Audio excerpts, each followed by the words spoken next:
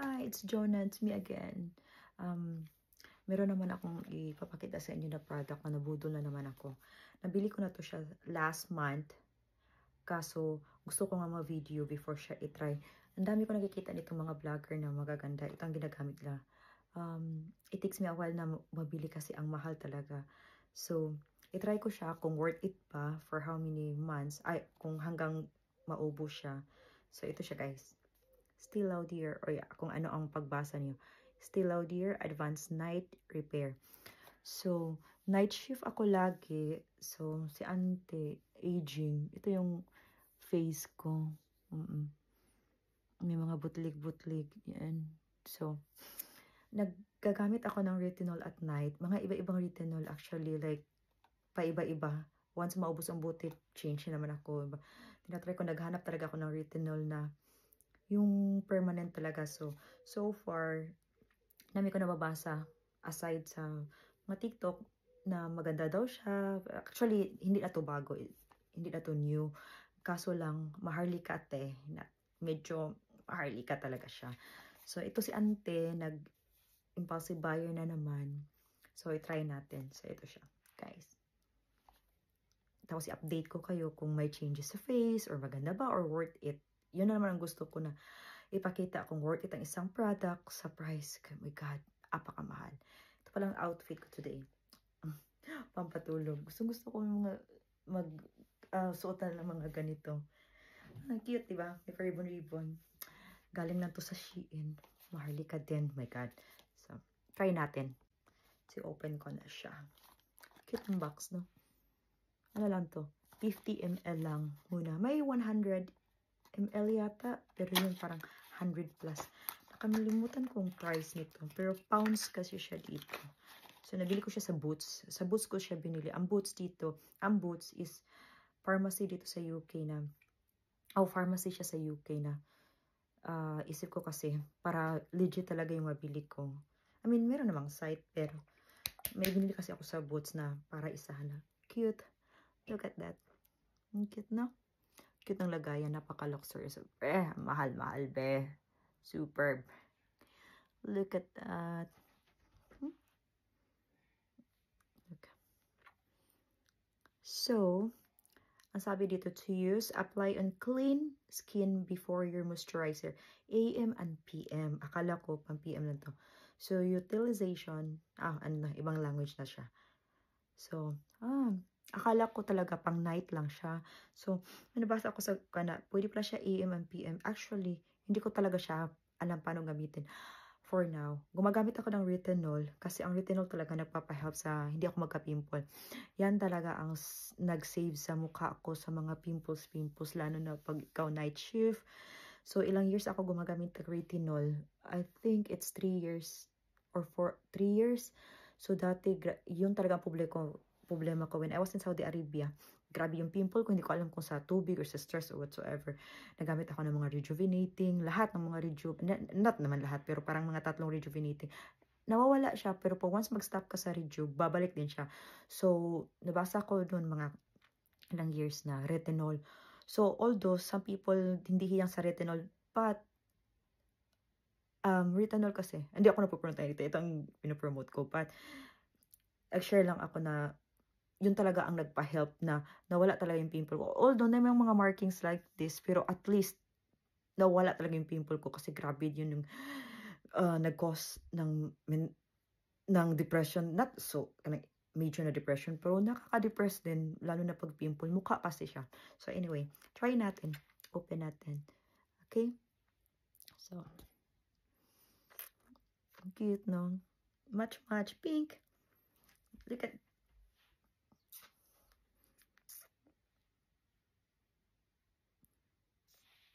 Okay. So, guys, wala akong ibang nilagay. Ano lang, ginagamit ko lang talaga na facial wash is Cetaphil. Yun lang din talaga ang hiyang sa akin. Kasi pag gumagamit ako ng ibang, kung ano, ang hirap pag, mapimple ka na tao kasi kailangan mo mag-discover at mag-maintain sa isang product para talagang hindi ka magka-pimple. So, ito siya. Cute. Ooh. Cute siya.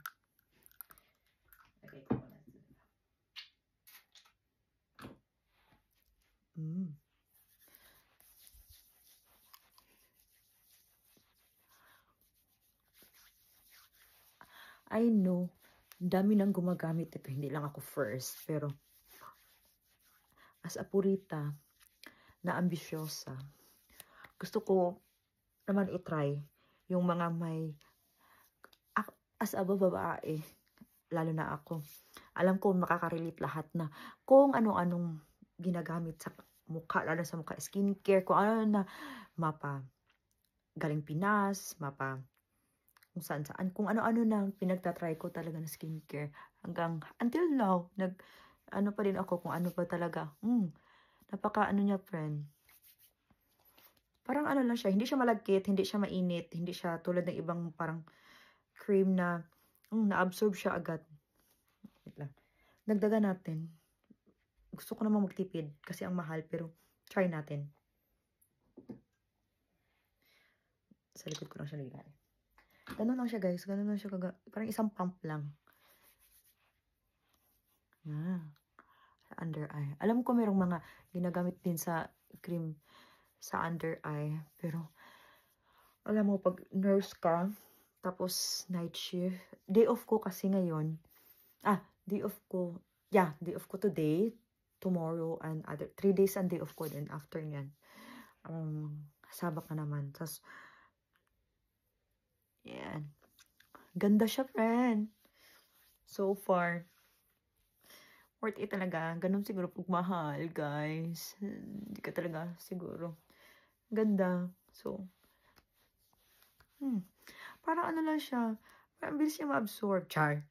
Pero anyway, no git, hindi sa pang-ano ha, pagpa pass if, pero ganda siya. So, itry ko siya for how many days. Hopefully, hindi ako magka-pimple. Or, ang problema ko kasi, pag mag-try ako ng isang product, may mga bumps na lumalabas. Yung mga ganito, pagkabukas, once na hindi ako hiyang sa isang cream, pagkabukas as in lahat yan lumalabas. Hindi ko alam anong tawag doon sa mga puti-puti lahat.